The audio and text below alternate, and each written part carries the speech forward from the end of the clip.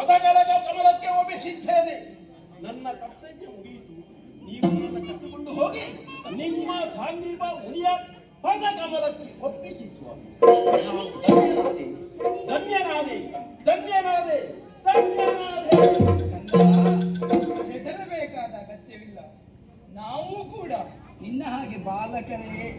ನಿನ್ನ ತಂದೆ ತಾಯಿಯಿಂದ ಇಲ್ಲಿಗಾಗಿ ನಿನಗೋಸ್ಕರವಾಗಿ ಕಳುಹಿಸಲ್ಪಟ್ಟವರು.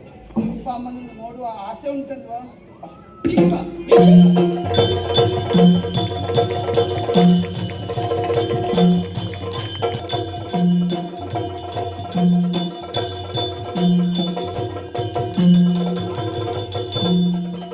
ಮಾನವಿದರಿಗೆ ಮಡಿಗೆ ಮಾನವು ಪ್ರೀತಿಯು ಗೆದಗಪ್ಪಿ ಮೋದಿಗೆ ಜಗನು ಮೊನ್ನೆ ಸುಧನಿ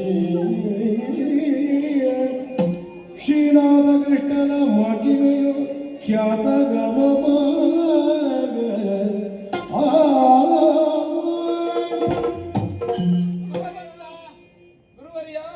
ನಿನಗಿದ್ದಂತಹ ಮಾತಿನ ಪ್ರಕಾರವಾಗಿ ಗುರುಪುತ್ರನನ್ನು ಗುರುದಕ್ಷಿಣೆಯಾಗಿ ಕೊಡುತ್ತೇವೆ ಅಂತ ಹೇಳಿದ್ದೇವೆ.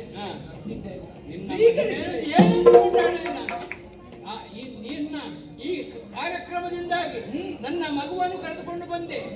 ಈ ಅವಂತಿ ನಗರ ಆನಂದದ ಸಾಗರವಾಗಿಯೇ ಬೆಳೀತಾ ಇದೆ.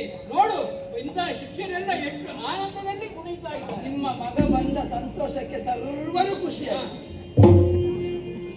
ಆಡಿದರು ನಲಿದಾಡಿದರು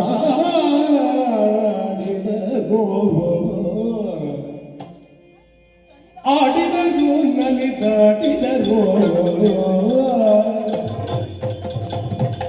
ಆಡಿದರು ನಲಿದಾಡಿದರು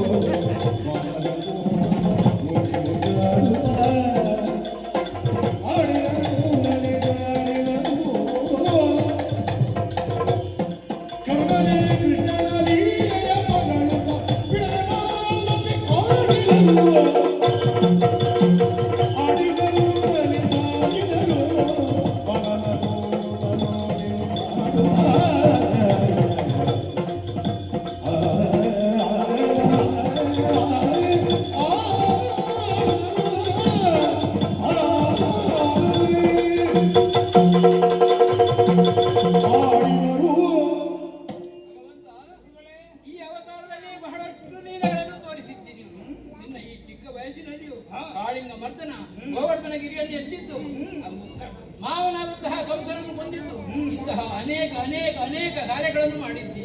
ಅಕ್ರೂರನಂತವನಿಗೆ ನಿನ್ನ ದಿವ್ಯ ಸ್ವರೂಪವನ್ನು ಕಾಣಿಸಿಕೊಂಡಿದ್ದಂತೆ. ಅಂತಹ ನಿನ್ನ ಲೀಲೆಗಳಲ್ಲಿ ಇದು ಒಂದು ಸೇರಿಕೊಳ್ಳುತ್ತದೆ. ನನಗೆ ಅದರಲ್ಲಿ ಸಂತೋಷ ಏನು ಅಂದ್ರೆ, ಶ್ರೀಕೃಷ್ಣ ಲೀಲಾಮೃತ ಎನ್ನುವಂತಹ ಕಥಾಭಾಗದಲ್ಲಿ ನಮಗೂ ಒಂದು ಪಾತ್ರ ಇದೆಯಲ್ಲ. ಹಾಗಾಗಿ ಕೃಷ್ಣನನ್ನು ನೆನೆಸುವಾಗ ಸಾಂದೀಪಿನಿಯನ್ನೂ ನೆನೆಸಿಕೊಳ್ಳುತ್ತಾರೆ ಎನ್ನುವ ಭಾಗ್ಯವನ್ನೂ ನೀನು ತಂದುಕೊಟ್ಟೆ. ಹಾಗಾಗಿ ಮಂಗಳ ಮೂರ್ತಿಯಾದಂತಹ ನಿನ್ನ ಮಂಗಳ ಮುಖಕ್ಕೆ ಒಂದು ಮಂಗಳಾರತಿಯನ್ನು ಬೆಳಗಬೇಕು ಒಂದು